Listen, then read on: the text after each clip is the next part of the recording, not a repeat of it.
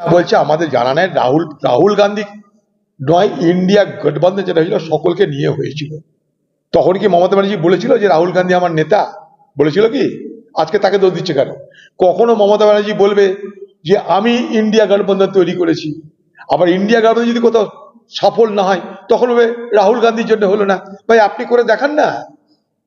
এই গত নির্বাচনে আপনি কোথাও না ঝাড়খণ্ড, না মহারাষ্ট্র, না জম্মু কাশ্মীর, না হরিয়ানা, কোথাও মমতা ব্যানার্জির মুখ থেকে একটা ইন্ডিয়া গঠবন্ধনের পক্ষে ভোট দিন মানুষকে বলতে শুনেছেন? না। যেদিন থেকে রাহুল গান্ধী আদানির বিরুদ্ধে প্রতিবাদ তীব্র করেছে, লক্ষ্য করবেন সেদিন থেকে এই ইন্ডিয়া জোটের নেতা বদলানোর বাতেলা ভাষণ শুরু হয়েছে। কেন? ইন্ডিয়া গঠবন্ধনের নেতা রাহুল গান্ধী কোনদিন ছিল কি? এরকম করে কি লিখিত স্বীকৃতি আছে? সবাই মিলে করেছে।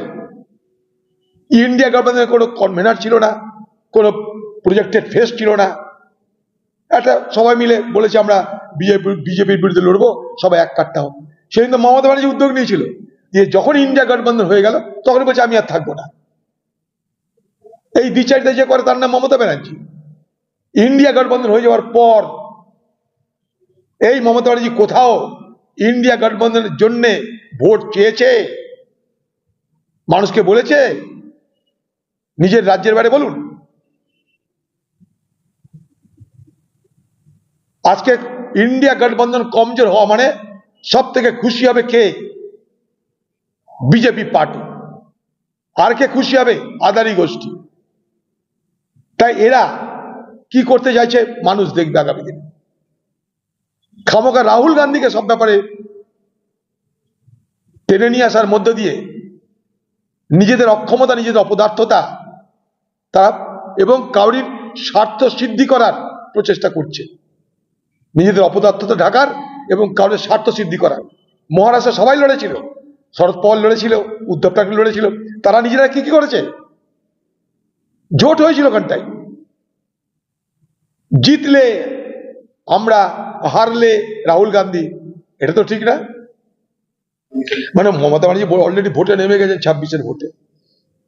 একদিকে খোকাবাবু কোথায় কি করেছে না করেছে তার মোকাবিলা করতে হচ্ছে, আর 26-এর ভোটের আগে প্রচার শুরু করে দিয়েছেন। এই তো গল্প। কোথাও বলছেন জগন্নাথ মন্দির হবে, মুর্শিদাবাদে বলছেন বাবরি মসজিদ হবে, যেখানে যা খাটে। কোথাও গিয়ে বলবে চার্চ হবে। এইসব হবে ভোটে। মানুষের কথা তার ভোটে আসে না। বাংলায় মানুষের জন্য কথা বলা ভোটে বন্ধ হয়ে গেছে। বাংলায় ভোট এলে হিন্দু না মুসলমান তার খোঁজ চলে, হিন্দুকে খুশি করবো না মুসলমানকে খুশি করবো তার খোঁজ চলে। পুরীর জগন্নাথ মন্দিরের মতো করে মন্দির করেছে, সেখানটায় হিন্দু জনসংখ্যা বেশি, তাই সেখানটার মানুষকে খুশি করার জন্য জগন্নাথ মন্দির। আবার মুসলমান সংখ্যাগরিষ্ঠ এলাকায় যেখানে, সেখানে মানুষকে খুশি করার জন্য বাবরি মসজিদ। এই চলবে। চাকরি নাই, রুটি নাই, রুজি নাই, শিল্প নাই, তার কোনো গল্প নাই। বাংলার মুখ্যমন্ত্রী মমতা ব্যানার্জির আমলে কতগুলো শিল্প বন্ধ হয়েছে আর কতগুলো শিল্প চালু হয়েছে তার তথ্য বাংলার মানুষ জানতে পারলো না।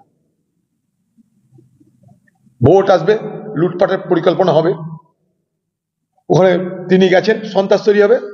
যেখানে যেখানে যাবেন সেখানে প্রথম কথা হচ্ছে খোকাবাবুর দলের কারা লোক তাদেরকে ছাটো, খোকাবাবুকে সাইজ করো, সাইজ করে আবার নিয়ে এসো, আর নির্বাচনের প্রস্তুতি শুরু করে দাও।